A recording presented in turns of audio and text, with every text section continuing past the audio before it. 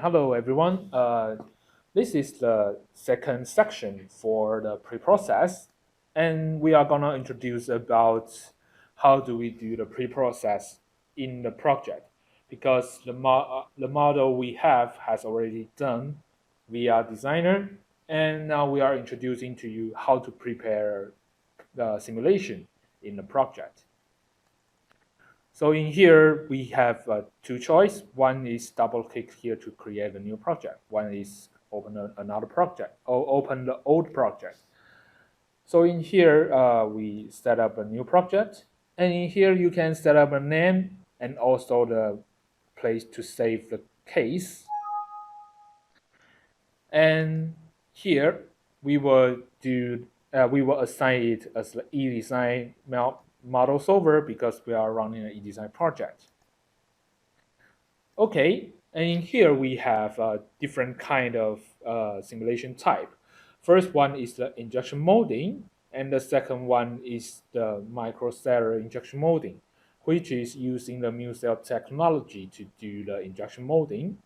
And the third one is the powder injection molding, which is like if you want to use the metal powder as the PIM forming. Okay, so let's go because today we are going to introduce to you about the most basic one, which is the injection molding. So we will select the injection molding. Okay, we can go on to the next and then finished. So after the setting, you can see the interface will be like this. This is a brand new project. So first you need to create a new run, and then we need to import our mesh file, which we just have done by designer. So this is the MDE file, which we need to import. Here says MD file. Okay, let's open it. Okay, so you can see in here, our model, which we just have done is ready. You can see the coding channel is like this, which is just like we assigned. Okay, so let's go on to the next step, which is the material. So in material, we have a Modex 3D material bank. We have a lot of different kind of material. Now it's like 8,000 something. I cannot tell you the exact number, but there is a lot of material. And in here, we have different categories like ABS, PP. And under that one, you can, it's also divided by the producer like BOSIF or Chime like this. So you can find the material based on these tabs, or otherwise you can use the find function in here. So for example, I want to find a PP material with fiber content of 30%. Then you set up like this and click on find. And after a while, the material bank will find you proper materials that suit your need. For example, in here, we can see that there's a lot of different kind of material, which is all PP and always 30% of fillers. And you can choose one that suits your need. So in here, there's some other data like viscosity, PVT. So you can base on these informations to choose the proper material for your simulation. So after you have the correct one, you can use the add to the project. And we also have the user bank, which you can use because if you have really often used material, you can add to the user bank. So you can import from the user bank, not find it time to time. So in here, you have some basic information about the material like viscosity, PVT curve, crystallinity, or maybe the mechanical properties information in here. Okay, so we have done the selection of the material, and then we can go on the next step, which is the process setting. So the process setting in here, we have the process wizard. And the setting method, we have three different methods. First one is the CAE mode, the second one is the machine mode, and the third one is also the machine mode, but by the injection time. And if you select the injection mode, the interface will become the injection molding interface, just like the where you put the parameter is into the injection molding. But today we are going to introduce to you about the CAE mode first. If you are interested in machine mode, you can try by yourself. So in here, the first one, you need to assign the injection pressure and packing pressure of the maximum injection pressure and packing pressure of the machine. And then let's go to the next step. In here, we can assign the filling time. And also, beside the filling time, we can assign the flow rate profile. So simply click on it, we can see that we can assign the flow rate section in different time steps. Like in here, we can put it 30 seconds. That means this, after the 30 seconds, the injection rate will become like 72% of the original one.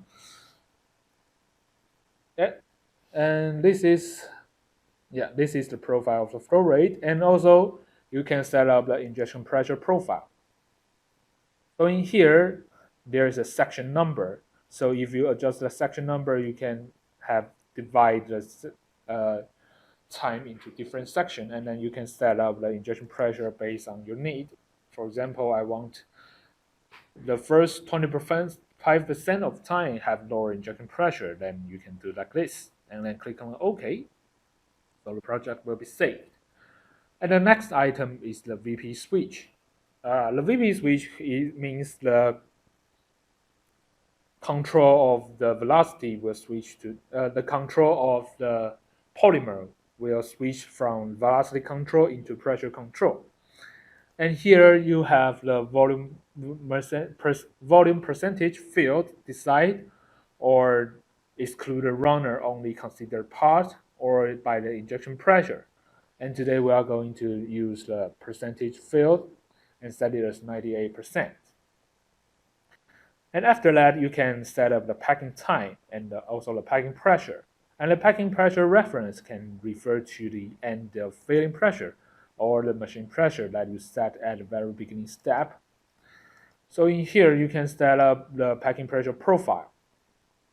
Like for the first 1 8.2, they use 70% of the filling pressure, the end of filling pressure, and then section 2, section 3 use the different number. And here we can set up the melt temperature and the mold temperature in here. Okay, so let's go on to the next step. The next step is setting the cooling settings. So in here you can set up the cooling time, the mold opening time, the air temperature, and the injection temperature. Also in here you can set up the cooling channel temperature and the flow rate in here. And there is different kind of coolant that you can choose in here, like oil, steam, air, anything, yeah, you like. And here is the temperature, here is the flow rate. Click on OK to make sure your settings saved. And the last page is the summary. So you can see that how many, what's the parameters you have set up, and make sure all the setup is same as your desire. Okay, after that, the process is done. And the next step is the computation parameter setting. So when it comes to the computation parameter settings, we have a lot of different settings to set up. But this is for like calculation need. If you have special material or special phenomenon to observe, therefore you would need the computation parameter setting. For general, we would suggest you to keep us the default value. And here is the only page you don't need to keep us the default value. So this is a computation settings that make your simulation run faster. So in Molex 3D, we support parallel computing, which means if you have 4 cores, we can use full capacity of your computer to do the simulation. And here you can see the number of the CPU of your computer. And here you can set up how many cores you want to use in your simulation.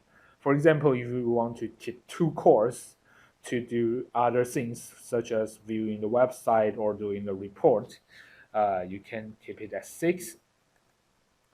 So the system will use 6 cores to do the simulation. The rest of the 2 cores you can uh, do the other usage.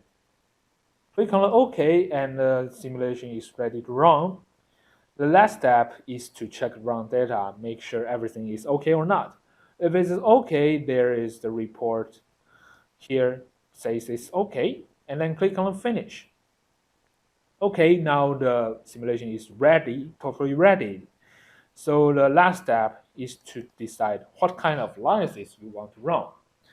So in here, here's a little running man. It will tell you, it will run the analysis.